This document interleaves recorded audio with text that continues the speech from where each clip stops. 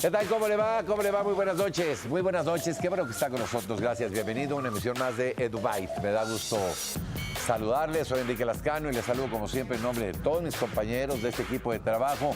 Hoy tenemos un programa muy interesante. Vamos a tener una entrevista muy interesante sobre el tema de derechos humanos. Ya verá usted. Y vamos a tener, por supuesto, noticias importantes. Ya sabe, de educación, de ciencia y tecnología, de arte, todas esas cosas que le son a usted tan comunes y que aquí pues vamos a hacer que le parezcan gratas e interesantes. Así que quédese con nosotros de aquí a los próximos 58 minutos. Vamos a tomarle juntos el pulso a México y al mundo en estos temas. Aquí comenzamos.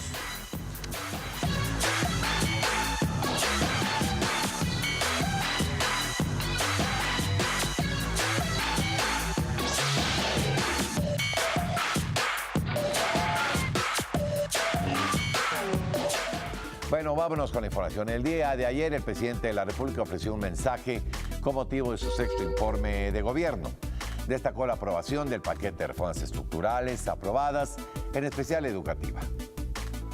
En Palacio Nacional, el presidente Enrique Peña Nieto presentó su sexto y último informe de gobierno. El documento se dividió en 5 apartados: México en paz, México incluyente, México próspero, México con responsabilidad global y México con educación de calidad. En materia educativa, el presidente Peña manifestó que al inicio de su administración era fundamental impulsar la modernización de la educación. El objetivo es que los alumnos aprendan a aprender, para que adquieran nuevos conocimientos, competencias y destrezas a lo largo de su vida.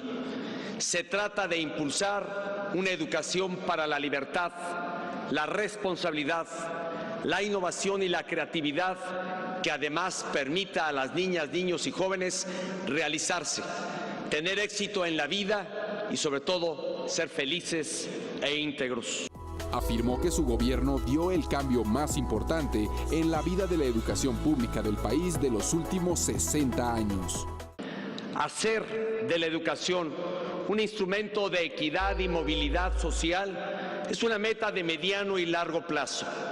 Pero no tengo duda, sembramos la semilla del cambio más importante de la educación pública en México en los últimos 60 años.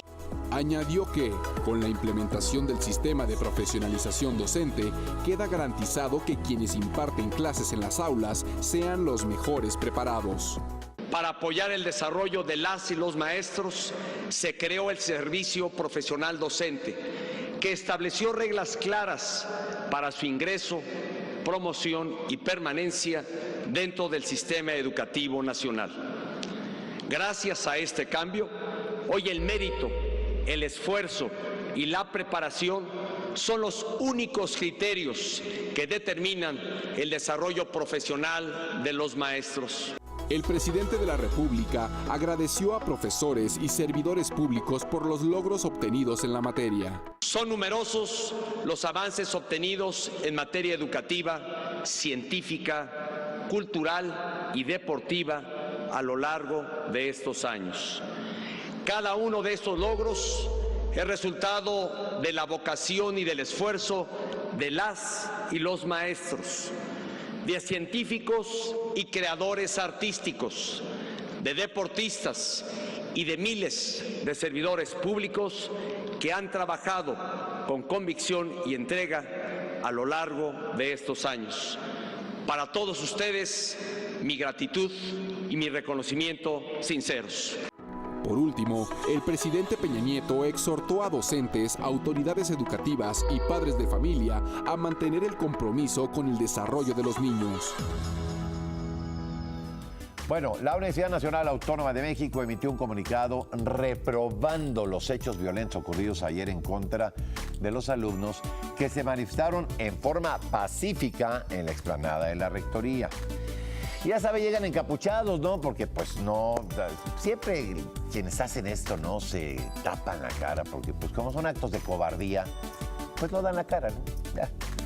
En el documento informa que presentará las denuncias correspondientes contra quienes resulten responsables de la agresión. Agregó que las agresiones como la sucedida ayer, solo buscan enturbiar el ambiente y desestabilizar la vida académica de la máxima casa de estudios. Por otra parte, las facultades de Filosofía y Letras y de Ciencia Política y Sociales iniciaron un paro de 48 horas en protesta por lo sucedido. Y mire, la sede de la Asociación Nacional de Universidades e Instituciones de Educación Superior, la ANUYES, fue inaugurada la librería Heraclio Cepeda, del Fondo de Cultura Económica. Heraclio Cepeda, un personajazo, ¿no?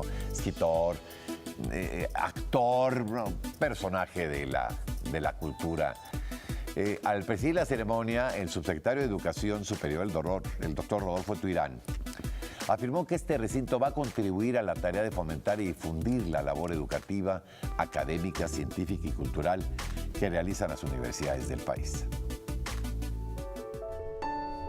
Un nuevo espacio para la literatura, el encuentro de lectores y la promoción de la cultura abrió sus puertas en la Ciudad de México. Se trata de la librería Heraclio Cepeda, del Fondo de Cultura Económica, ubicada en las instalaciones de la Asociación Nacional de Universidades e Instituciones de Educación Superior, la ANUYES. En homenaje al escritor chiapaneco, autor de novelas como Las Grandes Lluvias, Tocar el Fuego y Sobre esta Tierra, esta librería alberga a cerca de 30,000 ejemplares de más de 1,000 títulos, con el sello distintivo de ofrecer libros editados por las instituciones de educación superior que conforman la ANUYES, además de aquellos coeditados con el Fondo de Cultura Económica. En este foro de 200 metros cuadrados, los libros universitarios invitan a los estudiantes a un encuentro íntimo. Durante la ceremonia de inauguración, el subsecretario de Educación Superior, Rodolfo Tuirán, refrendó la tarea educativa, académica y científica de las instituciones de educación superior. Se trata, pues, de una importante contribución a la significativa tarea de otorgar un mayor fomento y difusión a la labor educativa, académica, científica y cultural que realizan las universidades del país hoy en día. En México, 68 de cada 100 personas mayores de 18 años con estudios de nivel superior declararon haber leído un libro en el último año, según datos del módulo de lectura del INEGI. Adicionalmente, los mexicanos con licenciatura leen un promedio de 2.7 libros al año, los que cuentan con estudios de maestrías 3.3 libros y aquellos con doctorado leen casi 5 libros anuales. Estas cifras muestran la importancia de fomentar la lectura entre la población en general, para que frente a los rezagos se multipliquen los esfuerzos para construir un país de lectores.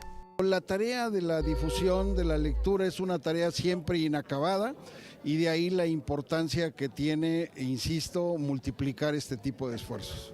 El impulso a la lectura es una tarea de los diversos actores, debido a que es prioritario implementar acciones que garanticen a niños, jóvenes y adultos su derecho efectivo a la educación y la cultura. Es por ello que en esta librería se fomentará la realización de actividades asociadas a la cultura, la reflexión y el intercambio cultural, teniendo como punto de encuentro al escritor, político y periodista Heraclio Cepeda. Heraclio Cepeda, Laco, fue un extraordinario escritor y un conversador hipnótico, el mejor compañero que se desea tener alrededor de la fogata, donde circulaban todas las historias posibles y los relatos contados por él como si los narrasen los ancestros, de sabiduría entrañable y siempre vigente. Durante la ceremonia, en la que participaron familiares y amigos, su viuda, la poetisa Elba Macías Grajales, ofreció al Fondo de Cultura Económica una nueva edición de los libros infantiles de Laco, la cual su director, José Carreño Carlón, aceptó gustoso. Aprovecho la ocasión para proponer a esta casa editorial una nueva edición de sus cuentos dedicados al público infantil y que circularon en otras editoriales, y que sus novelas se impriman a manera de paquete en una caja que contenga la tetralogía. Heraclio Cepeda fue un notable escritor, poeta, político, promotor cultural e incluso actor, interpretando en 3 ocasiones a Pancho Villa. Además, en la década de los 60, como participante del primer Congreso Latinoamericano de Juventudes en Cuba, se alistó como soldado en Santiago de Cuba, siendo nombrado oficial responsable de la Compañía Especial de Combate.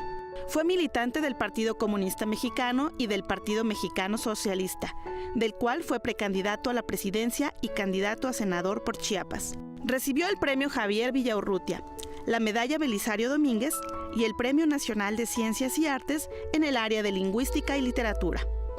Murió el 17 de septiembre de 2015.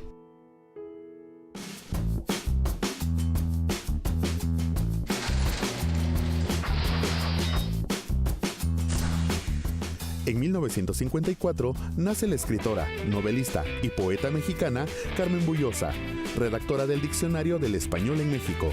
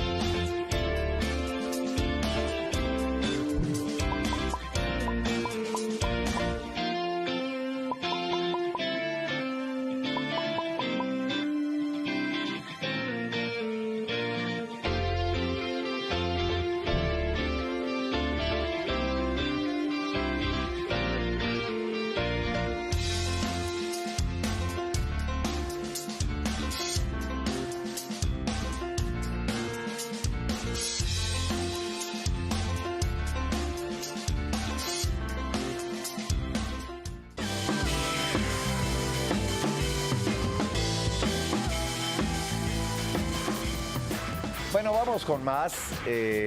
Y mire, me da mucho gusto recibir esta noche aquí en el estudio a la maestra María de la Concepción Vallarta Vázquez. Ella es subdirectora de Promoción y Difusión de los Derechos Humanos de la Suprema Corte de Justicia de la Nación.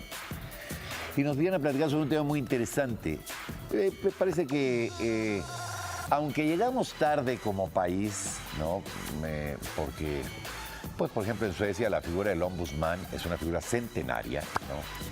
Pues nosotros tendremos aquí, digamos, 3 décadas más o menos, quizá menos, ¿no? De institucionalizar el cuidado de los derechos humanos, ¿no? Desde que se crea la primera comisión, en fin. Pero lo que es cierto es que pues le hemos ido tratando de poner el reloj de los derechos humanos a tiempo en nuestro país. ¿A través de qué? A través de instituciones como la Suprema Corte de Justicia de la Nación, pues que hará lo que le toque la propia Comisión Nacional de Derechos Humanos, las comisiones estatales y una gran cantidad de organismos, de ONGs, organismos no gubernamentales que están preocupados por el tema de los derechos humanos. De tal suerte que, pues, ahí vamos, ¿no? Nos falta, tenemos todavía como sociedad fallas en el tema, pero pues estamos avanzando y esto es lo importante. Bueno, la maestra nos viene a hablar sobre la semana de cine documental Una historia de derechos, que por cierto inició ayer, ¿sí? Maestra, ¿cómo le va? Muy bien, muchas gracias. Pues yo no sé si estemos de acuerdo en este contexto que hacía yo de los derechos humanos. Yo creo que sí es correcto, aunque la historia de los derechos humanos, como mencionabas, es antigua en Europa.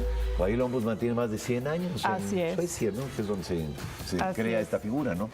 Y realmente tomó fuerza en México, como mencionabas, con la creación de la Comisión Nacional de Derechos Humanos. En la época del presidente Salinas, si mal no recuerdo, en los 90. Sí, por ahí. Sí. Y ahora, pues desde la Suprema Corte también existe una Dirección General de Promoción, de Difusión de los Derechos Humanos, de estudios también, en que pues parte de lo que hacemos y de lo que vengo a hablar hoy es de esta iniciativa donde sumamos fuerzas con el canal judicial y con Ambulante. Aquí está la productora de documentales. Si me hacen mis compañeros de la producción, ahí se está viendo. Ahora déjeme abrirlo. Y ahí lo vemos mejor. ¿Sí? A ver si le podemos hacer un acercamiento.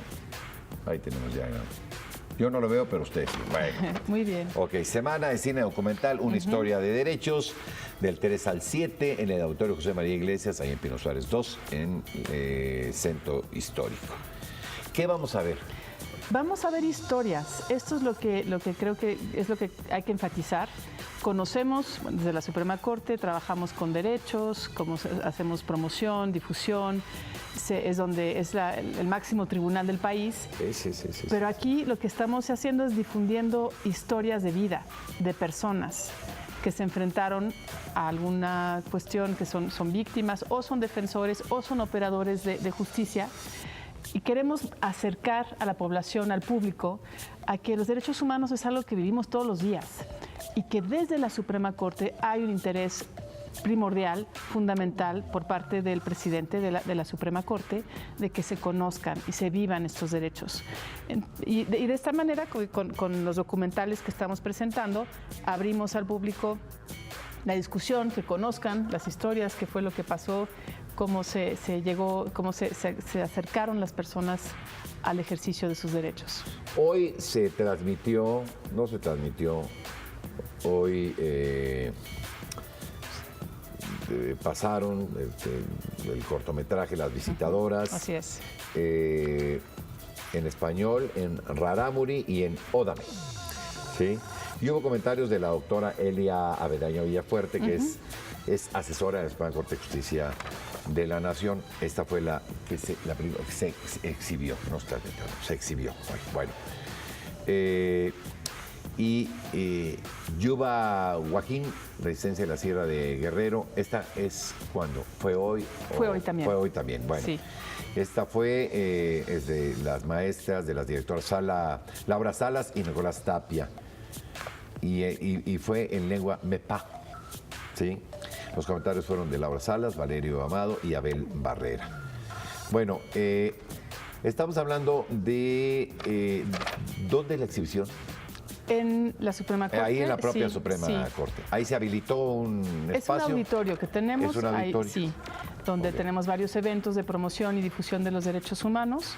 Aquí es el Cine Debate. Estamos viendo parte de alguna de ellas. De lo que se transmitió hoy. Ayer también iniciamos. ¿Qué pretenden con esto, maestra? Sensibilizar. Ajá. Que veamos que los derechos humanos es una cuestión que justamente nos concierne a todas las personas. O sea, no es un tema ni de Luis Raúl González Pérez, ¿no? Ni del presidente de la Suprema Corte de Justicia de la Nación, ni del presidente de la República. Es un tema de todos. De las personas, de todas las personas, y sí estamos enfocando diversos temas. El día de hoy estamos hablando sobre todo de los derechos de los pueblos y comunidades indígenas. Sí.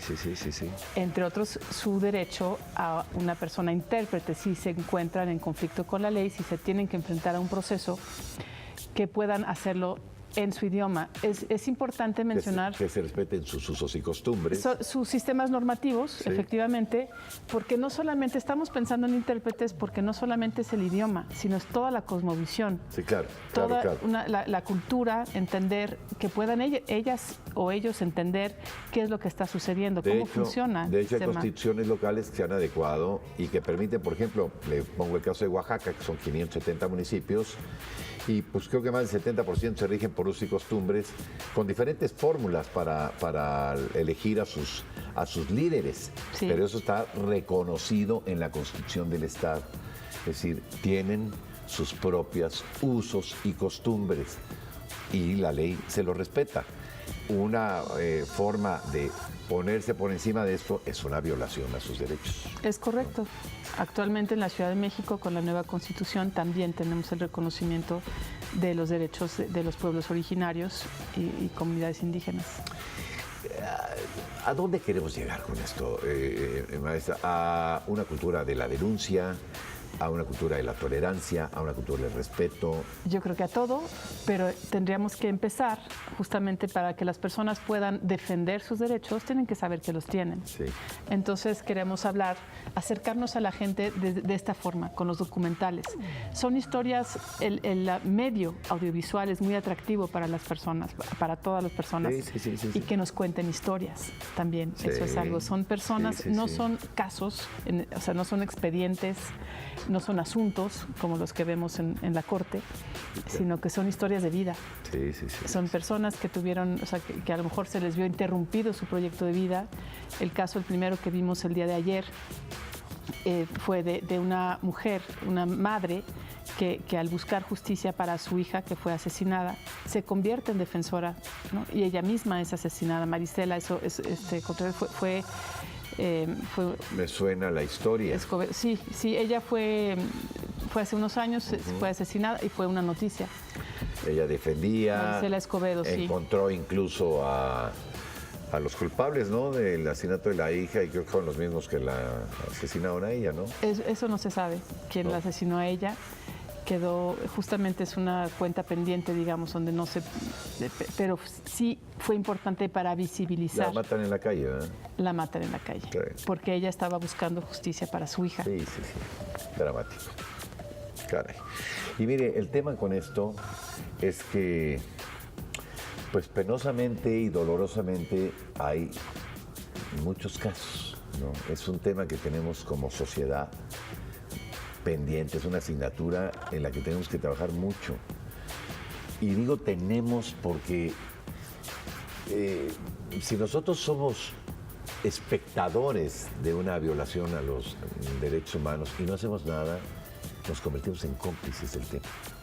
Es decir, esta actitud pasiva ante una violación, pues no nos convierte en personas que no nos gusta meterme en problemas, nos convierte en socios de la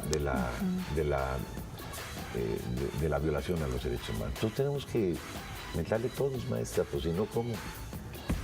Pues precisamente es lo que se busca, o sea, como al combatir la impunidad, pues el primer paso, como mencionaba, es el de la denuncia. Ahora luego da miedito, ¿eh? Sí, lo entiendo, claro. Pero yo creo que sí estamos buscando fomentar, construir una cultura de los derechos, que las personas se los apropien. Finalmente estamos hablando de historias, ¿no? Bueno, déjeme regresar a este cine documental. ¿Cuántas más va a haber, maestra? Toda la semana. Toda la semana. Sí, hoy es martes, miércoles, hoy ya, sí. Miércoles, jueves y viernes. Es correcto. Ok, ¿qué otras películas vamos a poder ver?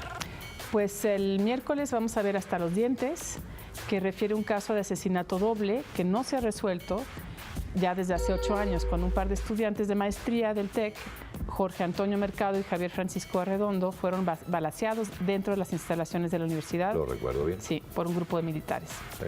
Entonces ahí abordamos el tema de debido proceso y seguridad interior. El documentalista es lo que está buscando, pues exponer, recordar justamente qué pasó y acercarse a las personas que lo vivieron. O sea, aquí estamos entrevistando a testigos, a familiares. Son testimoniales. Son testimoniales. Muy bien. ¿Ese es cuándo? Eso es mañana. Mañana. Sí. El jueves vamos a ver dos, que son Los Fariseos. Es un documental sobre el sistema de justicia penal acusatorio. Estamos viviendo un cambio, una transición en la oralidad de los juicios. Exactamente. Entonces, bueno, con todos los retos que esto representa, y se enfoca a los derechos de las personas en situación de víctima y también a los imputados por el sistema de justicia penal. Este documental busca visibilizar los derechos de ambas partes, porque sí es la protección de los derechos humanos, aunque se pensaba que inicialmente, cuando empezó el tema en México, es que solo es para proteger a delincuentes, y aquí queremos... No nos quedemos con esa visión, que es muy corta. Exactamente. Entonces, los derechos humanos es de todas las personas. Sí, claro. ¿De que se viole un derecho humano? Sí, de ambos, de los imputados y de las víctimas. Entonces, y finalmente el viernes... son dos documentales, también Luces de Justicia Penal. Ese es el tema, la justicia penal. Muy bien. El viernes cerramos con un cortometraje y un documental un poco más largo, que es Goris, de una mujer indígena que es privada de su libertad. Ella finalmente dice que no sabe por qué. O sea, es una cuestión donde vemos las múltiples discriminaciones que se van sumando. Es mujer, es indígena, de una zona rural. Cuando migra a la ciudad, la involucra en un tema de drogas. En fin, pero termina, bueno, o el documental con la manera en que ella encuentra a través de la actuación, del teatro, una manera, sí, de expiar sus demonios. Así es, y de ayudar a otras personas. Y el último documental que vamos a exhibir el viernes, que se llama Batallas Íntimas, se trata de un tema ya muy hablado también, que es la violencia familiar, sobre todo la violencia que sufren las mujeres por parte de sus parejas. Lo interesante, yo creo que la aportación más valiosa de este último documental es que nos muestra historias de mujeres de México, España, Finlandia, la India y Estados Unidos. Para que vean que en todos lados, en todos como lados, dirían en mi pueblo, se cuecen habas. Así es, y son mujeres jóvenes, maduras, adultas mayores, y vemos el mismo patrón. Es algo que se repite, no importa en qué país, en qué cultura. Ni en qué grado de desarrollo político, exacto, democrático, económico. Incluso un país muy desarrollado como es Finlandia, o no tanto como los otros que mencionaba. Y bueno, por una parte, como podemos ver estos patrones que se repiten, y el mensaje es muy positivo. Son mujeres que sobrevivieron a la violencia. Muchas no sobreviven, como lo sabemos. Entonces, ¿Va a estar alguna página finalmente para quien quiera asomarse y revisar los horarios? Todo Claro, es la página de la Suprema Corte. Ahí hay un link. Sí, www.scjn.gov.mx. Y ahí van a ver ustedes Semana de Cine Documental y van a ver la posibilidad de disfrutar estas películas o de reflexionar. Bueno, a lo mejor no es la palabra correcta el disfrute, pero sí la reflexión. Maestra Vallarta, gracias por venir a platicar un placer. con nosotros. Muchas y gracias. enhorabuena por esa iniciativa que me parece muy luminosa. Muchas gracias. Muchas gracias, maestra. Placer. Vamos por más.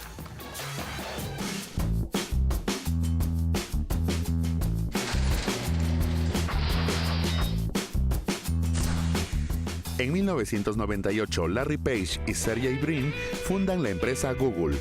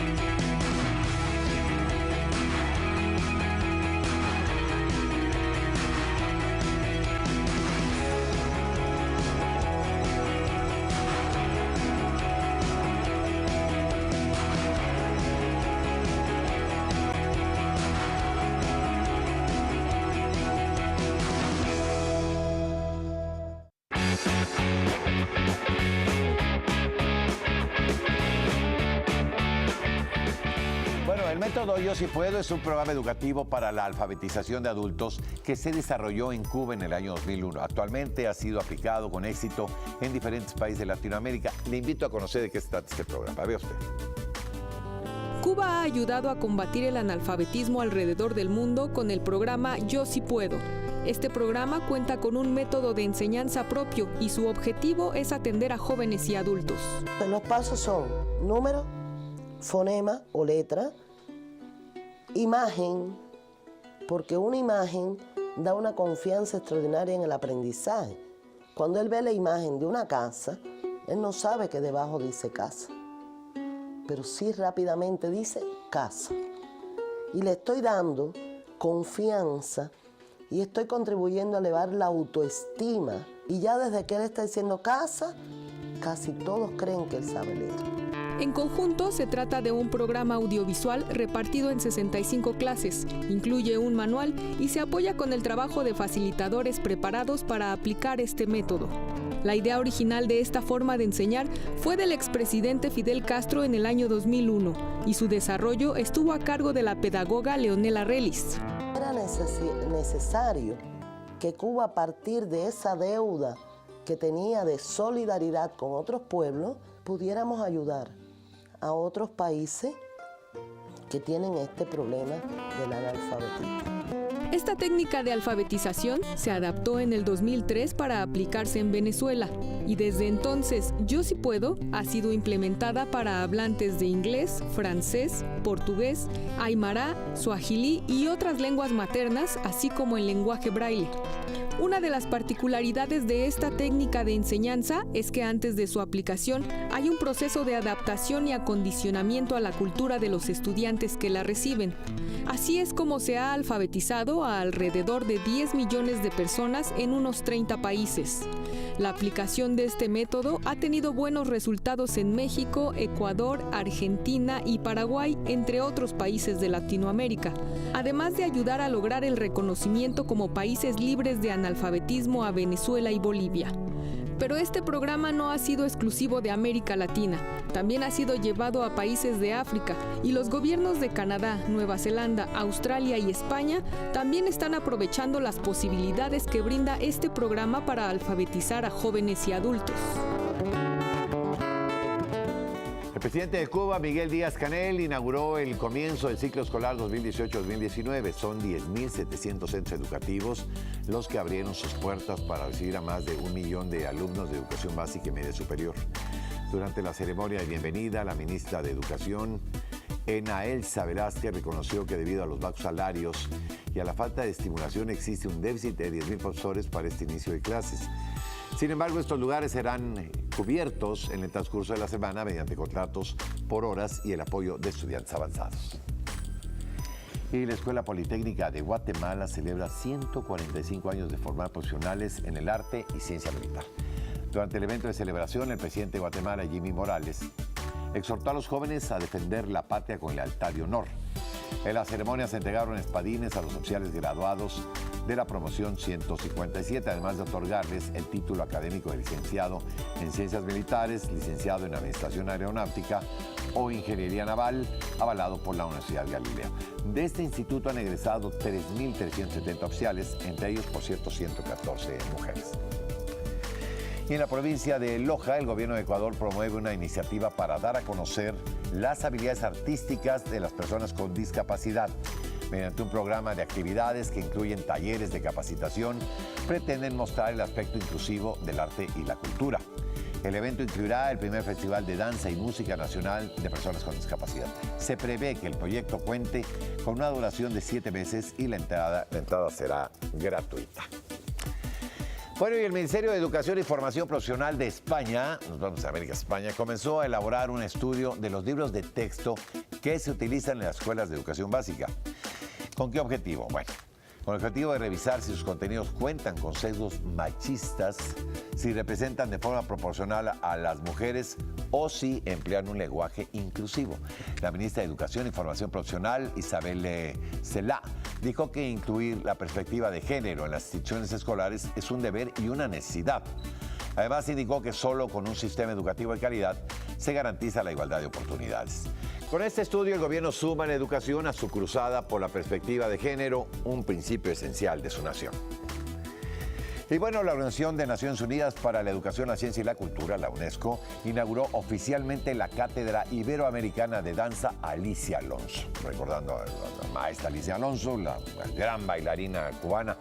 Este proyecto involucra la colaboración de diferentes instituciones españolas e hispanoamericanas para la enseñanza universitaria de danza y otros géneros artísticos afines. Con esta iniciativa también busca contribuir al estudio y preservación del patrimonio inmaterial de la disciplina. Las cátedras se realizan en el Instituto de la Danza Alicia Alonso, ubicado al interior de la Universidad Rey Juan Carlos.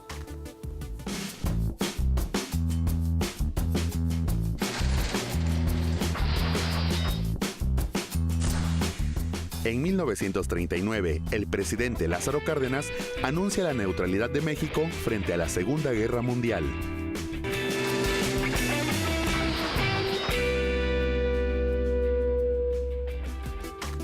Las universidades interculturales en México buscan acercar a los jóvenes de poblaciones rurales e indígenas a estudiar alguna licenciatura, maestría o doctorado. Conoce un poco más sobre este proyecto con el hashtag Voces de la Diversidad. Tienes entre 6 y 24 años, participa en el 25º Concurso Nacional de Dibujo y Pintura Infantil y Juvenil 2018. Consulta las bases en www.gov.mx/CONAPO o www.mexico.unfpa.org. Regístrate antes del 21 de septiembre. No olvides seguir nuestras redes sociales.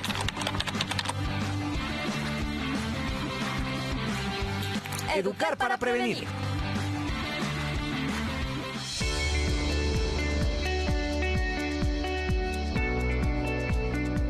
Las actividades de la Feria Internacional del Libro del Instituto Politécnico Nacional. Dentro de la agenda destacó la presentación del libro La educación a distancia en México, una década de sostenido esfuerzo institucional, editado por la Universidad de Guadalajara.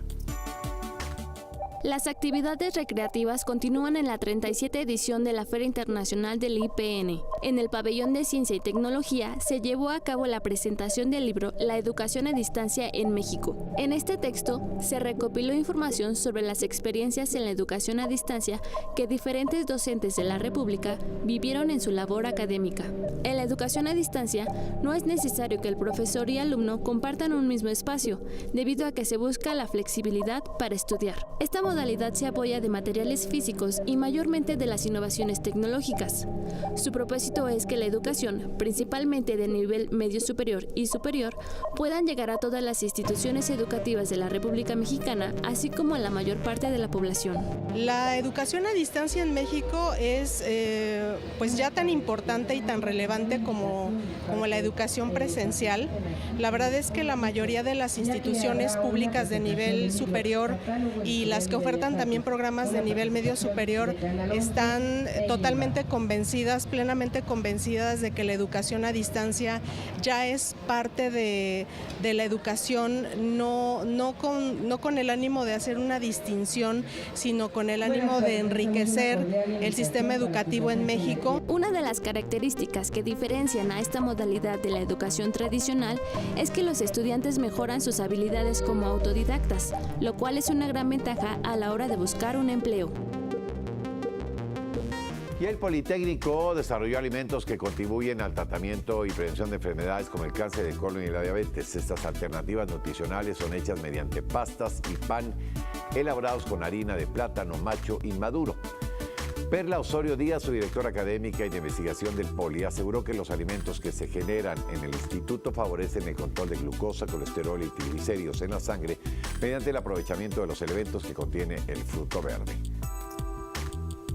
Lo que buscamos es que sean productos libres de gluten, que tengan alto contenido de fibra dietética y baja digestibilidad del almidón, para poder ser utilizados no solamente por pacientes celíacos, sino también por pacientes diabéticos con sobrepeso. La idea de preparar este tipo de alimentos es por las dos poblaciones. En primer lugar, la obesidad es un problema predominante en México. Es un problema que ha creado ya una alarma a nivel nacional y es muy importante que los pacientes obesos o las personas normales, sanas, tengan una gama de productos en el mercado que ellos puedan elegir y que tengan la certeza de que son saludables.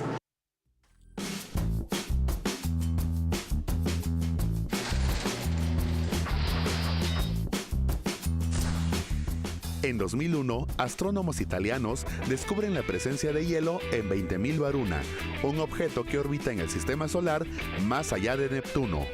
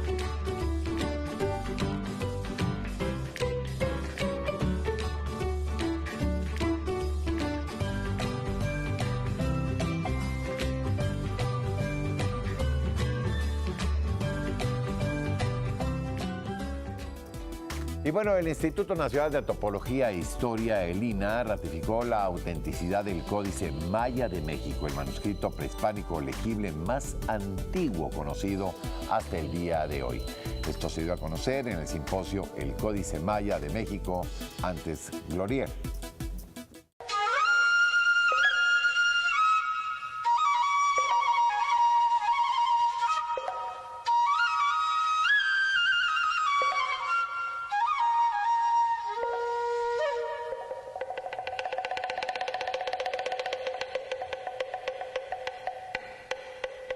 El Códice Maya es uno de los 4 manuscritos prehispánicos que se encuentra en México. Además, es el más legible y antiguo en el continente americano.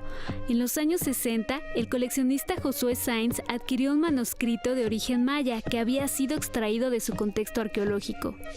En 1971, el documento fue presentado en la exposición Ancient Maya Calligraphy en el Club Grolier de Nueva York. A raíz de esto, comenzó a ser conocido como el Códice Grolier. El propietario del manuscrito lo entregó al Museo Nacional de Antropología en 1974 para dictaminar su autenticidad. En caso de comprobarse, lo donaría a la biblioteca del museo.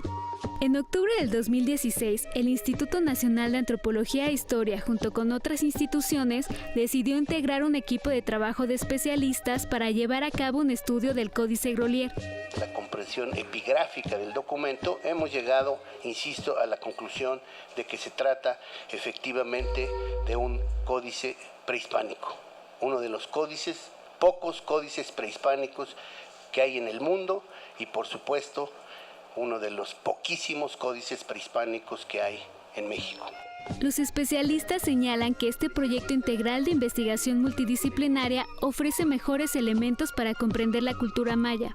Las constantes hallazgos que amplían nuestro conocimiento de la forma de vida de las civilizaciones mesoamericanas del posclásico temprano en general y de los mayas en particular, sus costumbres y su ideología. Nos remite a una antigüedad de cambio en el mundo maya, de migraciones, de influencia inclusive de otros lugares de Mesoamérica, como el centro de México, que hacen migraciones hacia la región maya y que hay por consiguiente una influencia que se ve en las imágenes. Si bien las investigaciones del documento datan de los años 70, los resultados de este proyecto muestran nuevos elementos para develar el mensaje del códice. Se encontraron nuevos hallazgos que son la identificación del azul maya y de la grana cochinilla. Estos son pigmentos artificiales que no habían sido identificados en su totalidad en los estudios anteriores. El estudio del calendario adivinatorio de Venus, el análisis de los días nefastos de Venus en los que aparece en cada ciclo. Hay un análisis muy congruente de la numeración de puntos y barras. El Códice Maya de México seguirá siendo resguardado en la Biblioteca del Museo Nacional de Antropología e Historia. Se espera que con el desarrollo de nuevas tecnologías sea posible ahondar en los misterios de este documento histórico.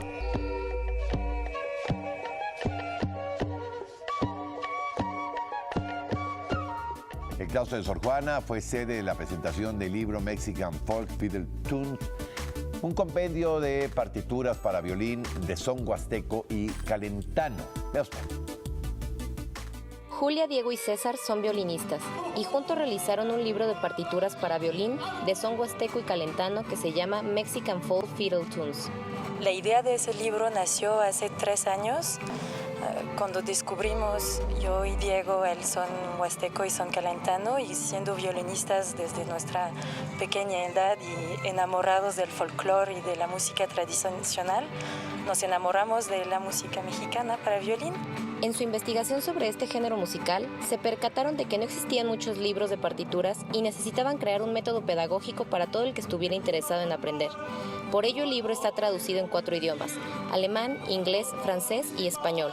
Al final viene con un disco de acompañamiento donde uno puede escuchar las versiones finales, pero también puede poner una versión que se llama Play Along, donde hay solamente el acompañamiento, y eso permite a un violinista que esté en su cuarto tocando de sentir que tiene unos músicos acompañándolo.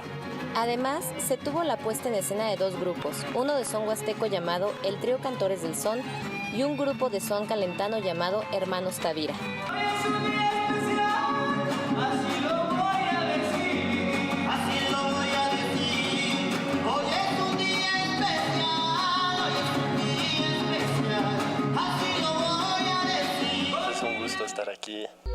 representando a los hermanos Tavira de la Tierra Caliente de Guerrero y los cantores del son de la Sierra Huasteca veracruzana. Se apreciaron dos folclores diferentes que muestran la riqueza de la música popular mexicana. Cuauhtémoc Tavira, integrante de los hermanos Tavira, comentó cómo han hecho que este género permanezca. Nos hemos dado la tarea de buscar y de transcribir esta música para que también se entienda. Lo que pasa es que a veces no solamente es buscar y encontrar, sino también es saberla escribir para que también se pueda interpretar, porque hay características que la hacen única, y entonces hay que, en la misma partitura, hay que imprimirle esa característica que es lo de la anacruza y el contratiempo. Los hermanos Tavira tienen un largo camino recorrido, donde destacan conciertos con orquesta y festivales de música alrededor del mundo.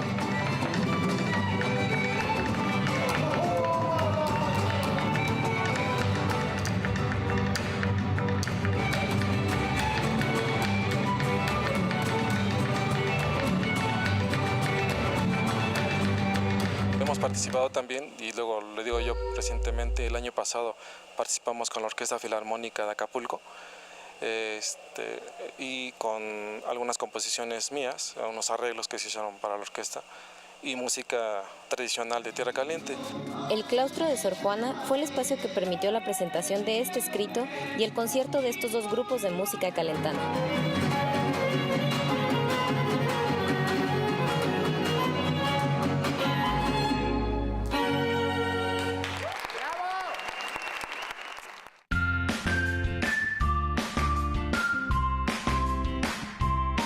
El nuevo modelo educativo considera que existen aprendizajes clave, es decir, conjuntos de conocimientos, prácticas, habilidades, actitudes y valores fundamentales para el crecimiento integral de los estudiantes, los cuales son adquiridos en la escuela durante las primeras etapas de la vida académica. Entre los tres componentes curriculares que integran los aprendizajes clave, destacan para la educación indígena los ámbitos de la autonomía curricular.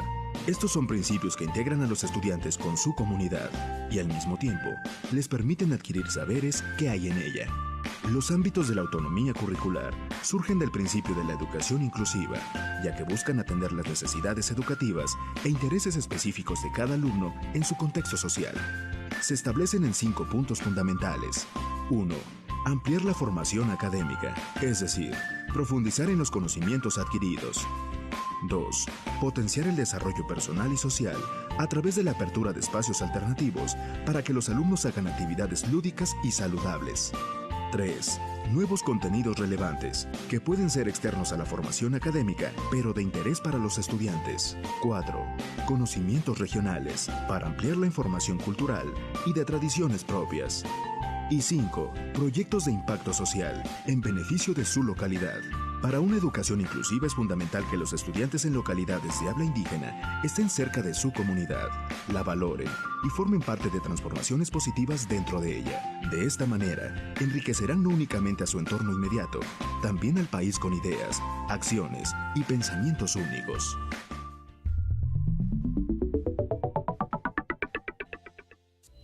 Bueno, la Universidad YMCA, la IMCA que conocemos aquí en México, tiene instalaciones académicas y deportivas. Cuenta con una licenciatura en Ciencias del Deporte. En esta carrera se imparten conocimientos teóricos, prácticos y metodológicos de las distintas áreas de la educación física y el deporte. Vea usted.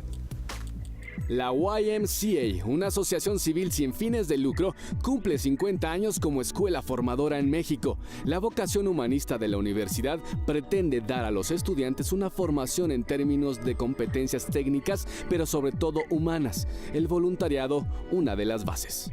¿Cómo se traduce académicamente este concepto? A través de una serie de actividades en donde se va involucrando a los estudiantes para que se llama, de hecho, un modelo en la universidad de las 4 S's. La primera S es universidad saludable, en el sentido de que los estudiantes vean en el deporte, en la activación física, como una manera también de ganar en calidad de vida. Universidad solidaria. Aquí es involucrar a los estudiantes en una serie de actividades, el ABPS, por ejemplo, el aprendizaje basado en problemas sociales, en donde todos los alumnos, de manera curricular, de manera obligatoria, si lo quieres ver así, acuden a los centros WAI a hacer trabajo comunitario.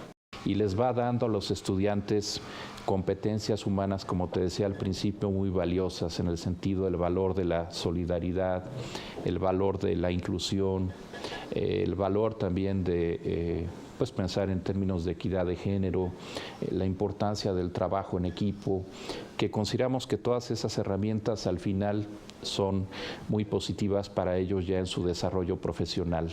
El respaldo de la Secretaría de Educación Pública es necesario para que una universidad pueda funcionar y operar de forma adecuada para brindar una buena formación académica a los estudiantes mexicanos. Ante la Secretaría de Educación Pública, para que tú seas reconocida como universidad con esa denominación, debes de tener programas de estudio en las 4 áreas del conocimiento básicos, que son económico-administrativas, arte y humanidades, humanísticas y ciencia y tecnología, diríamos, ¿no? Ciencias sociales es la 4ª. La licenciatura en Ciencias del Deporte se ha convertido en la más fuerte de la institución, fomentando la activación física dentro y fuera del aula, teniendo uno de sus momentos claves en el Día del Voluntario, esto en diferentes centros comunitarios.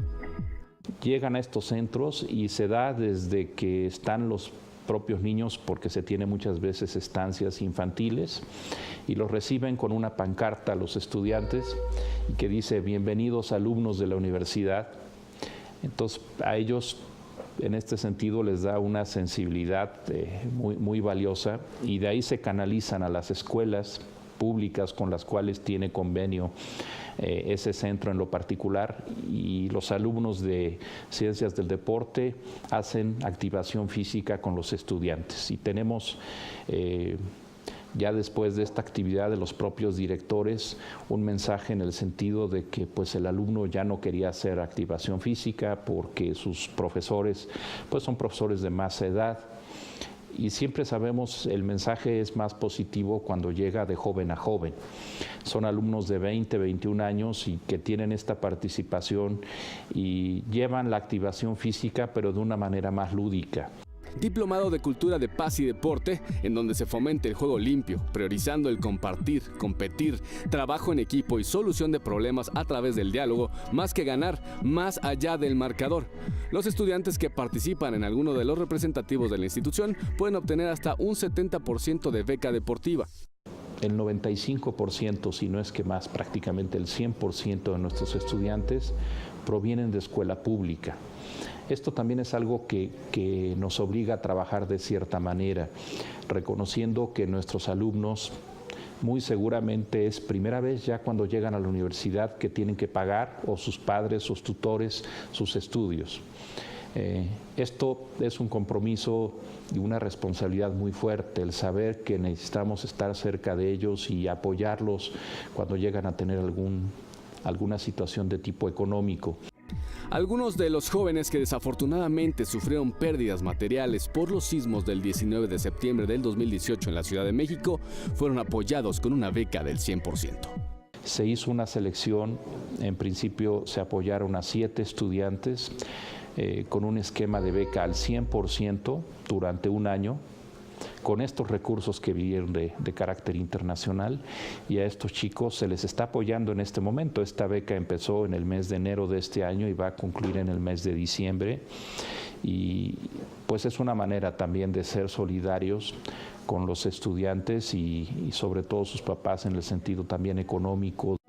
Instituciones que buscan beneficiar a quienes más lo necesitan, a través de la formación académica de sus alumnos para que cuando egresen continúen construyendo un mejor México, un mejor mundo.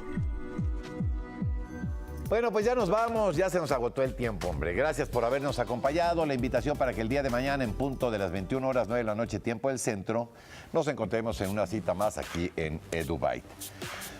Pásela bien, descanse, recupere fuerzas. Ahí están las posibilidades de que se comunique usted, que nos haga llegar sus comentarios a este equipo de trabajo o en lo personal, también en el Twitter de su servidor. Háganme sus comentarios, sugerencias, críticas.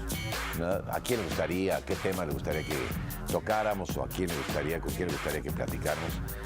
Márquenos el camino y nosotros por ahí nos vamos. ¿Sí? Gracias, pues, por lo demás. Yo soy Enrique Lascano y en nombre de todos mis compañeros de este equipo de trabajo, que tenga usted lo que resta de ella una aventurosa noche. Hasta mañana.